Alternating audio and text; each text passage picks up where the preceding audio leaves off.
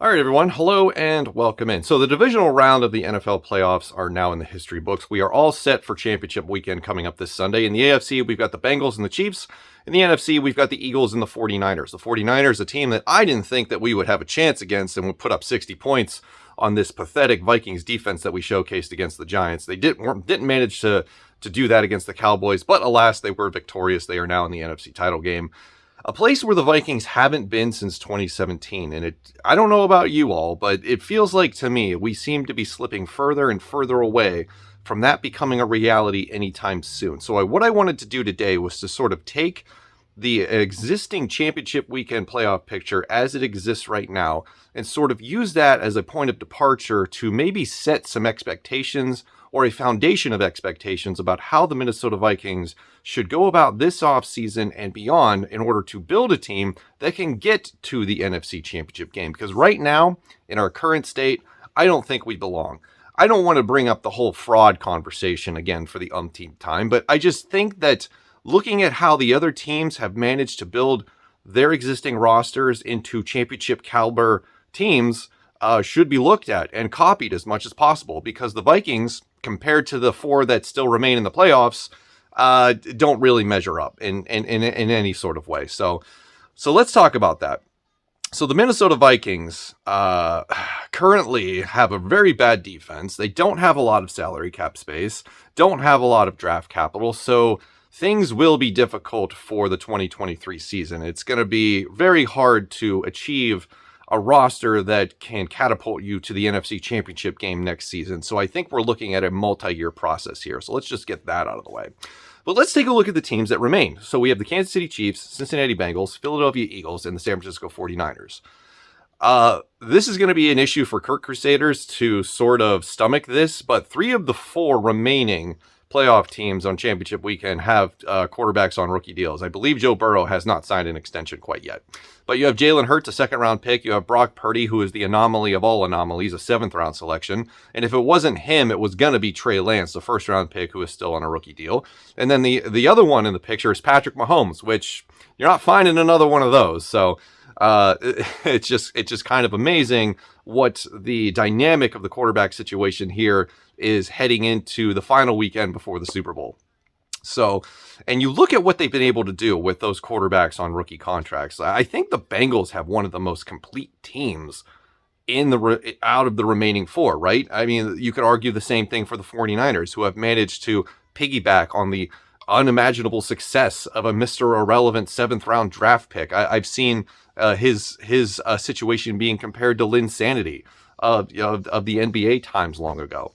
Eventually the Purdy party has to end, right? Like, it's probably going to end in Philadelphia. I can't imagine that the 49ers can sustain this type of success with a 7th-round draft pick that they probably don't ultimately trust. I'm just throwing that out there. It's got to come to an end at some situation where the 49ers are playing from behind and they're forced to throw the ball, and that would just change the entire dynamic of what I think Kyle Shanahan wants that offense to be. I digress on that point. The point is that Kirk Cousins on his contract currently is not going to be able to foster the type of resources that you need or are required in order to build a team that is going to be good enough or great enough to make it to championship weekend. I know that we have been talking ad nauseum about the offensive line being the problem since 2017, because when Kirk Cousins came in 2018, we went 8-7-1. I remember vividly the first complaint after the season was over, because we couldn't beat the Bears at home to get into the playoffs, was that the offensive line was bad and we needed to fix it, because they overachieved in 2017 in front of Case Keenum, and then they underachieved and regressed, and we had problems there. Listen, Cincinnati Bengals won a playoff game yesterday, missing 3 of their starters. I don't want to hear it anymore. Yes, you do need a good offensive line, but there is now proof. There is now proof of concept that it is not the end of the world if your center and right guard are bad, okay? There just needs to be some competency into the approach of what you're doing. So, because I put money on the Bills thinking that, that Bengals offensive line was going to get shredded and Joe Burrow was going to be running for his life. Didn't happen because Joe Shiesty is just Joe Cool.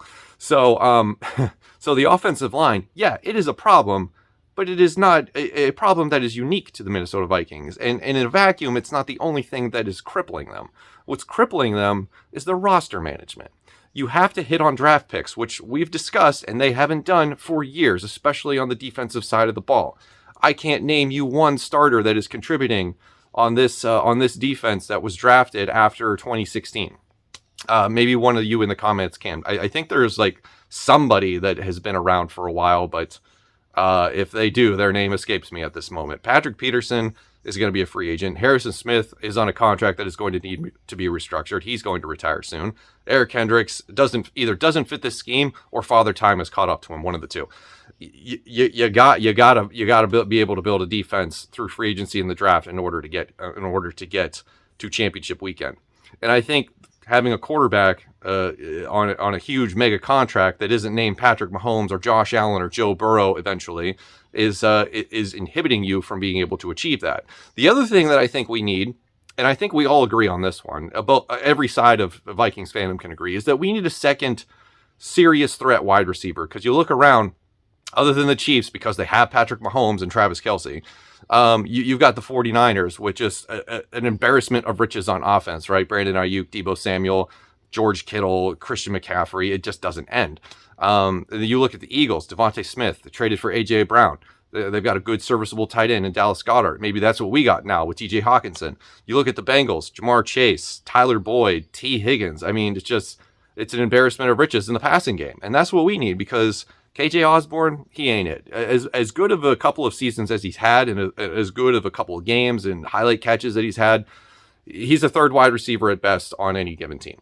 Adam Thielen, I'm sorry, but either you're just not part of this offense or part of the game planning. I mean, you were in the top 30 for targets this season, so really not all that much complaining to be done on his side of things, which I don't want to address the social media drama that has come up regarding him. But I don't really know what else they can do for you. Justin Jefferson is the star. He's the mega star. He's going to get the lion's share of the targets. I don't understand what your complaints are. But Adam Thielen isn't what he used to be in his prime a couple of years ago. So they're going to need to go get a second wide receiver comparable to a Devontae Smith or a T. Higgins or even a Tyler Boyd. So they have to address that in order to take some of the pressure off of Justin Jefferson. TJ Hawkinson can help and he can be part of that, but it's going to need to be more. So that's kind of my takeaway from championship weekend, looking at the rosters that are competing, battling it out for a spot in the Super Bowl, is that other than Patrick Mahomes, and if you have Patrick Mahomes, I don't care what you pay him whatever you want, because he's Patrick Mahomes. You have guys on rookie deals. You've got, defenses that were built through the draft, free agency, and you have offensive lines that are serviceable at worst. So that's where the direction that we need the Minnesota Vikings to start thinking about as they enter in this offseason. Is it all achievable at once? No, I don't think it is. And in fact, if it wasn't for the fact that Joe Burrow got hurt during his rookie year, they probably don't get to select Jamar Chase. They probably win more games and they're out of that realm to get him, and they're probably not here right now. So things happen, and when they do, you got to take advantage of it. I'm not saying that this team needs to tank completely, go 3-13 for a couple of years, and then hope that everything that you've done during that time frame pays off. You just have to be smarter about how you allocate your resources going forward, because this is a copycat league. Start copying the teams that are winning. I know the Will family has been linked to being huge fans of the Pittsburgh Steelers. Maybe not the on-the-field product, but the way they do business and how they're always competitive. Maybe that helps us in the grand scheme of things, because they did draft a quarterback in the first round in Kenny Pickett. So maybe they're looking at that. It's like, oh, okay, well, if they do it, that means that we can do it. So hopefully that gives them an edge to start thinking about the future, and not so much just about winning and making money and selling tickets in the current year that they are in. So that's going to do it for me. Thank you for joining me. Let me know what you think in the comments below. I'll see you in the next one.